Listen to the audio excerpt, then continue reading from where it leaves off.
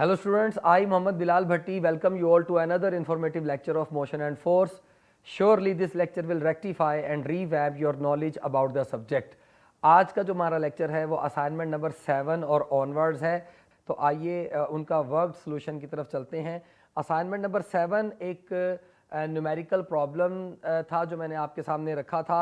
Question की statement असल में ये है कि एक हॉज पाइप जिसके अंदर पानी फ्लो कर रहा है 0.3 मीटर पर सेकंड की स्पीड से और उस पाइप का जो क्रॉस सेक्शन एरिया है वो 50 सेंटीमीटर स्क्वायर है। तो सवाल है कि जब ये पानी जाके सामने वाली वॉल से टकराएगा इस पाइप से जाता हुआ तो वो कितनी फोर्स लगाएगा। अगर आपने ये लेक्चर पढ़ा हो तो इस लेक्चर में मैंने डिटेल में बात की हुई है इस लगने वाली फोर्स के फार्मूले की। ना सिर्फ बात की थी बल्कि मैंने आपको ये फार्मूला डेराइव करके भी दिखाया था। अगर आप वो लेक्चर को देखें तो आपको याद आ जाएगा। मैंने ये जो फार्मूला डेराइव किया था उस फार्मूला का जो सेंटेक्स था वो था F is equal to rho A V square. तो उस फार्मूले में F इक्वल था रो ए वी स्क्वेयर। मैं फिर बताता चलूँ, ये फार्मूला हमने डेराइव किया था general form of Newton second law से, जिसके मुताबिक F इक्वल होता है delta P over delta T। अगर फाइनली वाटर जाके वॉल से टकरा कर रुक जाता है तो फाइनल वेलोसिटी अगर ज़ीरो हो तो फिर हम इस फार्मूले को लिखा करते थे F is equal to M V over T. Mass की जगह हमने डेंसिटी इंटू वॉल्यूम लिखा था और वॉल्यूम की जगह cross section area into distance लिखा था पाइप का। तो वहाँ पर A इंटू डी लिखा और D ओवर टी को जो डिनोमिनेटर में मौजूद है उसको हमने वेलोसिटी लिख लिया। तो हमारे पास फाइनल रिलेशन बना था रो ए वी स्क्वायर, जबकि रो जो है ये यहाँ पर डेंसिटी ऑफ फ्लूइड है या वाटर है जो कि 1000 होती है। ए क्रॉस सेक्शन एरिया है उस पाइप का और वी वेलोसिटी है जो वाटर जिस वेलोसिटी से या जिस स्पीड से फ्लो कर रहा है पाइप में वो वेलोसिटी। और आपको पता है यहाँ पर क्वेश्चन में साफ नज़र आ रहा है कि ये दोनों वैल्यूज़ गिवन है, एरिया की भी और वेलोसिटी की भी। जबकि डेंसिटी की वैल्यू नहीं गिवन, वो कांस्टेंट होती है। पानी की डेंसिटी होती है 1000 किलोग्राम पर मीटर क्यूब। तो आइए अगर ये वैल्यूज़ को प्लग करें तो डेंसिटी है 1000 जिसको मैं एक्सपोनेंट 3 भी लिख सकता हूँ। एरिया गिवन है 0.5, इसको ये सेंटीमीटर स्क्वायर में गिवन है। इसको अगर हम सिस्टम इंटरनेशनल में यानी मीटर स्क्वायर में कन्वर्ट करना चाहें तो सेंटी का मतलब होता है एक्सपोनेंट -2। लेकिन आप ये चैप्टर नंबर 1 में सीखेंगे कि सेंटी का मतलब होता है एक्सपोनेंट -2, लेकिन यहाँ पर सेंटीमीटर स्क्वायर है। और ये मेजरमेंट्स की कन्वेंशंस आप पढ़ेंगे कि अगर सेंटीमीटर स्क्वायर लिखा है तो इसका मतलब है मीटर का भी स्क्वायर, सेंटी का भी स्क्वायर, और पावर की पावर मल्टीप्लाई होती है। तो यहाँ पर मुझे लिखना पड़ेगा सेंटी के स्क्वायर का मतलब एक्सपोनेंट -2 का होल स्क्वायर। तो एक्सपोनेंट -2 के होल स्क्वायर को हरगिज 10 की पावर +4 नहीं लिखना, क्योंकि पावर की पावर मल्टीप्लाई होती है। तो हम इसको लिखेंगे एक्सपेंड करके एक्सपोनेंट -4। जबकि वेलोसिटी भी गिवन है और वेलोसिटी है 0.3 स्क्वायर, यानी 0.3 इंटू 0.3 जो कि आता है मल्टीप्लाई करने पे 0.09। तो हमारे पास जो फोर्स का फाइनल रिलेशन बनता है वो मैं इसको लिख सकता हूँ एक्सपोनेंट 3 इंटू पीछे हमारे पास था 0.5 इंटू हमारे पास पीछे था एक्सपोनेंट -2 जो कि बन जाएगा एक्सपोनेंट -4 इंटू हमारे पास इसके बाद बचता है 0.3 स्क्वायर जो कि इक्वल होता है 0.09। फर्दर इसको आप तो वैसे कैलकुलेटर में भी कर सकते हैं, मैं आपको विदाउट कैलकुलेटर करना सिखा रहा हूँ।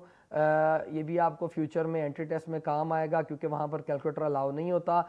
एक्सपोनेंट -1 लिख दिया, 5 एक्सपोनेंट -1 0.5 को लिख लिया, एक्सपोनेंट -4 इंटू 9 एक्सपोनेंट -2। और अगर आप 10 की पावर्स को इकट्ठा कर लें तो हमारे पास जो रिलेशन बचता है वो एक्सपोनेंट 3 -1 -4 -2, क्योंकि जब बेसिस सेम हो तो पावर्स ऐड हो जाती हैं, इंटू 5। तो हमारे पास ये आता है 3 -1 2 और 2 -4 -2 और -2 एक्सपोनेंट -4 बचता है इंटू 5। तो फिर देख लें -2 -4 -6 -7 +3, तो ये बचता है -4। यानी हमारे पास फाइनल आंसर आ गया 5 एक्सपोनेंट -4 न्यूटन। तो ये वो फोर्स है जो वाटर फ्लो करता हुआ सामने जब वॉल से जाकर टकराएगा तो उस वॉल के ऊपर फोर्स लगेगी। असाइनमेंट नंबर 8 की तरफ चलते हैं। तो असाइनमेंट नंबर 8 में क्वेश्चन है जी, ये गोल्फ बॉल है जिसको हिट किया गया, एक क्लब के जरिए उसको हिट किया गया। The graph shows the variation with the time of force exerted on the ball by the club. मैंने बहुत डिटेल में ये ग्राफ आपको समझाया हुआ है और ये बड़ा सिंपल सा क्वेश्चन है, इसमें कुछ वर्किंग नहीं है क्योंकि एमसीक्यू है। तो क्वेश्चन है, which quantity for the time of contact can not be found from the graph.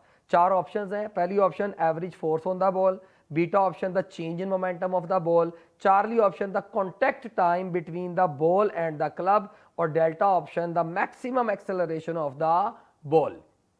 तो स्टूडेंट्स, जिन बच्चों ने ये लेक्चर पढ़ा हुआ है, इम्पल्स वाला लेक्चर, उन्हें यकीनन ये याद आ गया होगा। तो क्वेश्चन में जब मैंने ये ग्राफ आपको समझाया था तो मैंने करके दिखाया था कि बच्चों ये वो फोर्स है जो मैक्सिमम है और यहाँ पर करके एवरेज फोर्स होती है। यानी ग्राफ में अगर टॉप पर आपको फोर्स नज़र आ रही है, मान लें 10 न्यूटन, तो फिर इसका जो मिड पॉइंट होगा यहाँ पर करके होगी 5 न्यूटन, जो कि एवरेज फोर्स होगी। मतलब इस ग्राफ से एवरेज फोर्स का तो पता चल सकता है। लिहाजा अल्फा ऑप्शन कभी भी नहीं हो सकती, क्योंकि उसने पूछा कि बताइए इसमें से किस पैरामीटर का पता नहीं चल सकता। अगर आप बीटा ऑप्शन देखें तो वो है change in momentum of the ball, और आप जानते हैं कि फोर्स वर्सेस टाइम ग्राफ में जो एरिया बिलो ग्राफ होता है ये दरअसल चेंज इन मोमेंटम यहाँ इम्पल्स के इक्वल होता है। और मैंने आपको बताया हुआ है कि यहाँ पर ये जो शेडिड एरिया जो भी मैंने शेड किया ये कैलकुलेट कर लें, या इवन आप रेक्टेंगल का एरिया जो कि एवरेज फोर्स के कॉरेस्पॉन्डिंग बनती है, यहाँ से अगर इसका एरिया भी कैलकुलेट कर लें यहाँ से लेकर यहाँ तक, तो वो एरिया भी इक्वल होता है। ये मैंने आपको डिटेल में कॉन्सेप्ट दिया था। तो यहाँ पर अभी मैं इरेज कर रहा हूँ ताकि आपको बाकी चीज़ें समझा सकूँ। तो इसका मतलब बीटा ऑप्शन भी इजीली इस ग्राफ से कैलकुलेट हो सकती है।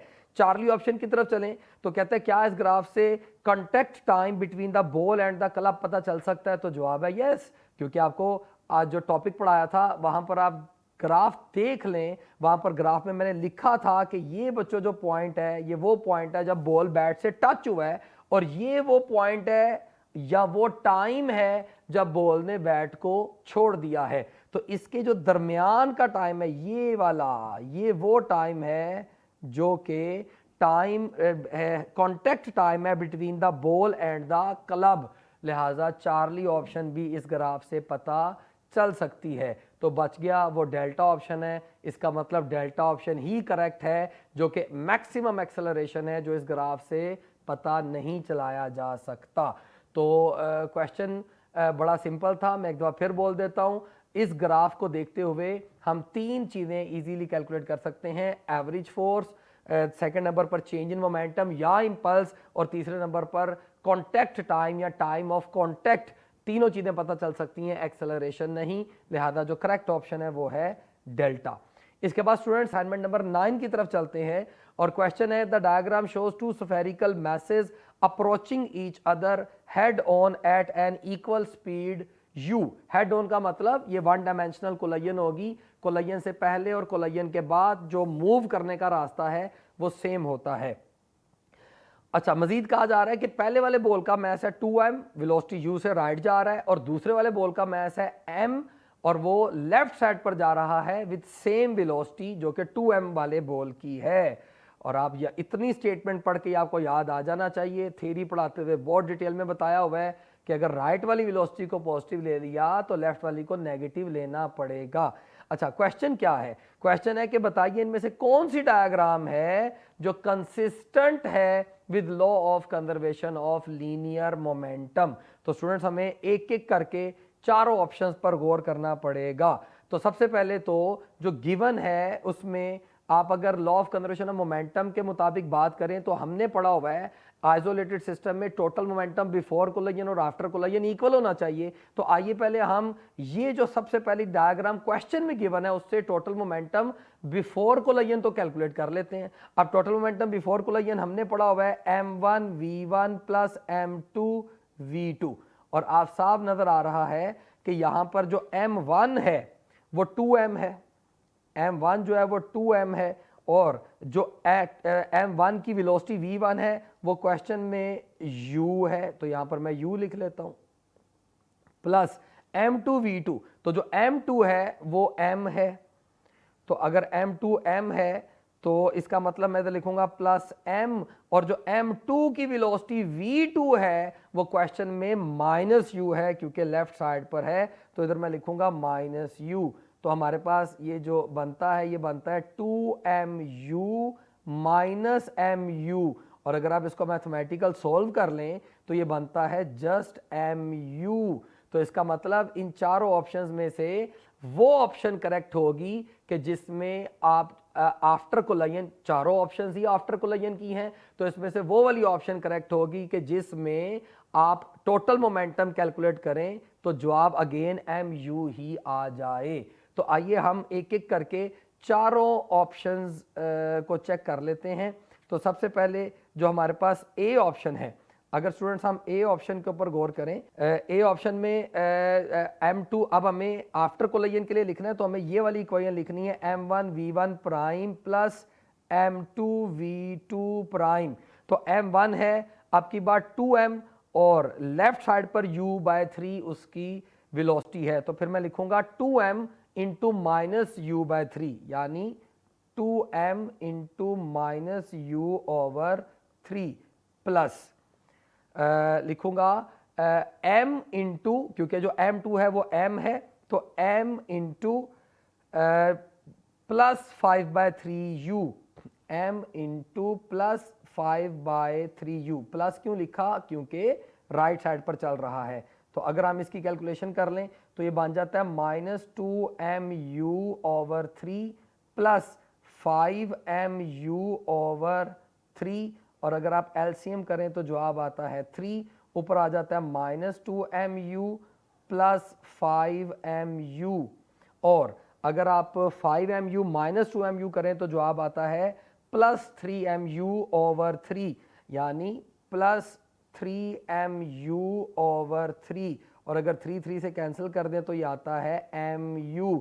तो इसका मतलब ये जो अल्फा ऑप्शन है ये बिल्कुल कंसिस्टेंट है law of conservation of momentum के मुताबिक, क्योंकि इसमें बिफोर कोलिजन हमारे पास मोमेंटम आया था mu, तो अल्फा ऑप्शन में आफ्टर कोलिजन भी मोमेंटम आ गया mu। इसका मतलब ये ऑप्शन करेक्ट नहीं है क्योंकि हमने वो वाली ऑप्शन ढूंढनी है which is not consistent with law of conservation of momentum. आइए स्टूडेंट्स अब तेजी से बीटा ऑप्शन को चेक कर लेते हैं। तो बीटा ऑप्शन में आफ्टर कोलिजन में लिखूंगा 2m into minus you bye 6। तो बीटा ऑप्शन के लिए मुझे लिखना होगा बी ऑप्शन, तो मैं लिखूंगा जी 2m into minus U over 6 plus, अब दूसरे मैथ्स को देख लें, 2m into minus you bye 6, तो दूसरे के लिए होगा plus m into plus 2 by 3u,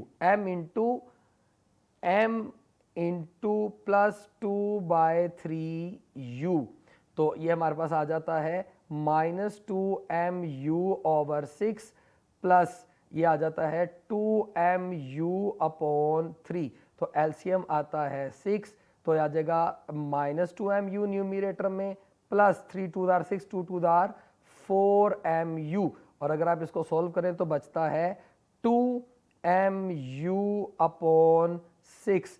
मजीद देखें तो ये हमारे पास बच जाता है mu ओवर 3। तो साफ नज़र आया कि जो राइट हैंड साइड है वो डिफरेंट हो गई है, वो अब की बार mu नहीं आई, तो इसका मतलब ये बीटा ऑप्शन ही करेक्ट ऑप्शन है।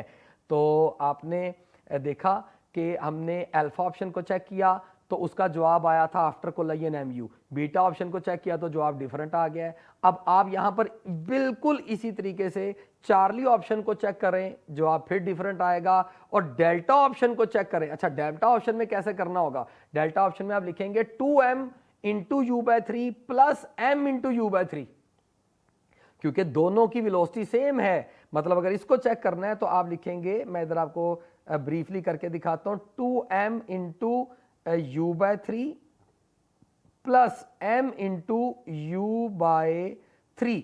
तो आप देख लें ये बन जाएगा 2mu bye 3 plus mu bye 3। तो एलसीएम आएगा 3, तो ऊपर भी आ जाएगा 3mu, तो 3 से कैंसिल हुआ।